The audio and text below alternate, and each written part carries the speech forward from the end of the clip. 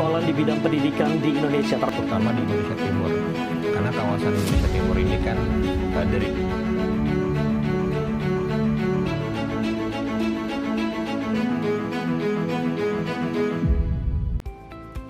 Assalamualaikum warahmatullahi wabarakatuh. Halo teman-teman, perkenalkan saya Sartika, mahasiswi program studi Pendidikan Fisika, Fakultas Keguruan dan Ilmu Pendidikan.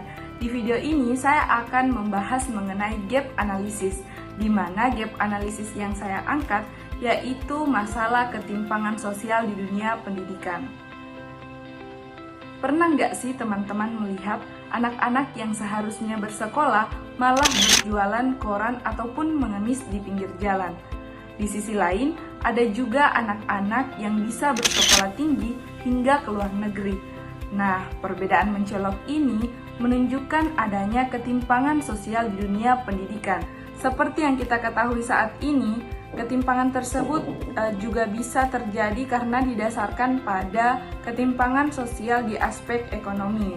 Teman-teman perlu kita mengetahui bahwa pendidikan itu sangat penting bagi kehidupan kita karena merupakan sosial elevator di mana mobilitas sosial yang secara vertikal dan efektif dapat memberikan kepada seseorang untuk meningkatkan kesejahteraan di masa depan. Di samping itu, pendidikan juga merupakan kunci pembangunan masyarakat terutama di bidang sumber daya manusia.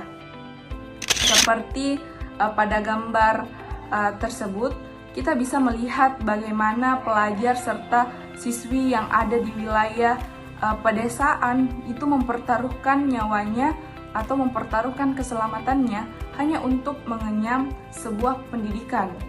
Namun sayangnya di Indonesia itu masih banyak kesenjangan fasilitas dan kualitas pendidikan di tiap daerah yang mengakibatkan anak-anak di pedesaan tidak mendapatkan pendidikan yang secara utuh.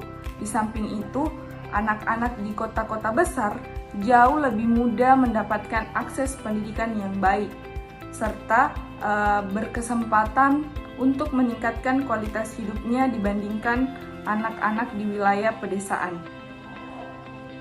Nah, adapun faktor-faktor yang mempengaruhi ketimpangan sosial di dunia pendidikan, yaitu diantaranya yang pertama kualitas lingkungan sekolah, di mana faktor ini meliputi masyarakat dan lingkungan sekitar yang mendukung seorang anak untuk mendapatkan pendidikan yang baik.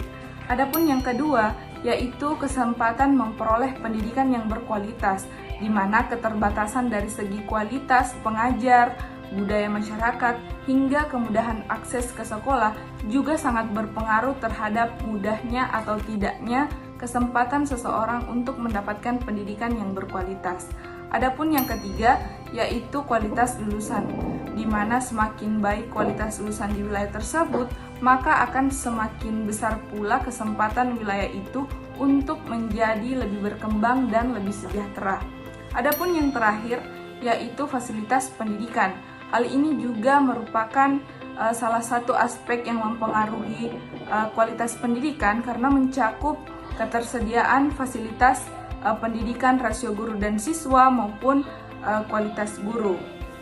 Teman-teman, untuk mengatasi masalah tersebut, kita dapat mengupayakan untuk mengurangi ketimpangan sosial yang ada di dunia pendidikan itu dengan cara Indonesia Mengajar, di mana gerakan ini memfasilitasi lulusan universitas untuk mengajar ke sekolah daerah-daerah terpencil dengan tujuan agar daerah-daerah tersebut bisa berkesempatan mendapatkan kualitas pengajar yang serupa dengan yang ada di daerah yang lebih maju. Selain itu, gerakan-gerakan kecil dengan mengajar anak jalanan itu pun merupakan salah satu alternatif bagi pelajar untuk mendapatkan akses ilmu dan pendidikan yang berkualitas. Nah teman-teman, itulah tadi video saya yang membahas mengenai gap analisis dengan permasalahan ketimpangan sosial di dunia pendidikan.